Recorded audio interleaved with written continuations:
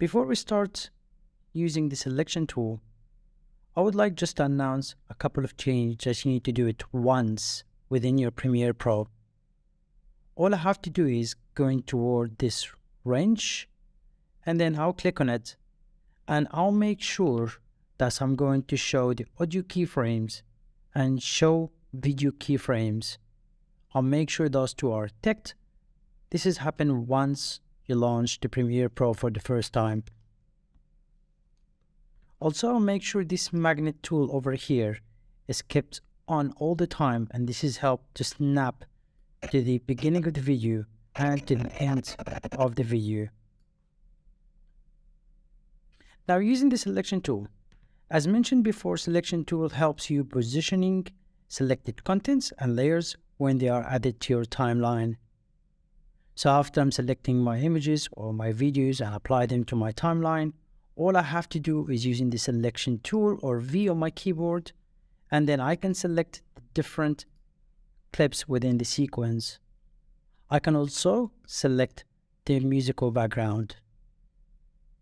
Now let's say here I'm having an overlap of this video and I would like to get rid of this video.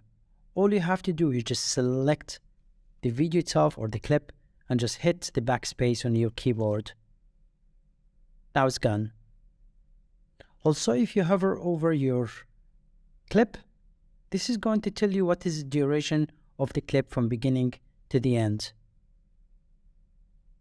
Now, to move one of those clips forward and backward, all I have to do is select the clip and just move it around. In this case, it's very handy in case if you'd like to add a sequence right in the middle. Also, selection tool comes very handy if I would like to use a logo. So going backward here, I might double click and just insert my logo. Now to insert my logo, simply what I need to do is double click on the logo itself, drag it down toward my video. And as you see, the logo here is just an image. So in this case, it would include any audio. Now let's watch. Right. I've got here my logo right in the middle of my screen, which is not recommended. It's very recommended to keep it right in the top right corner, which is supposed to be over here. To do this, it's pretty simple. All I need to do is, I'll make sure I'm selecting my logo, and then I'm just going over my logo and double click on it. Now as you see here, I'm having a blue rectangular that is presenting my logo.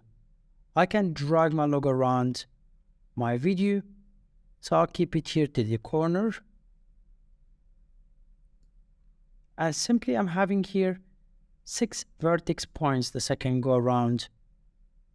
In this case, I might use the right or the left bottom corner. I'll select my logo and then drag it down to minimize the size of it. Now I might move it a little bit to the top. In this case, as you see, I'm having my logo right in the top of the video. Also, if I'm having a gap between two sequences I'm not quite pleased with, such as this gap over here, and instead of moving the sequence toward my clip, all I can do is just right click and you find here rebel delete.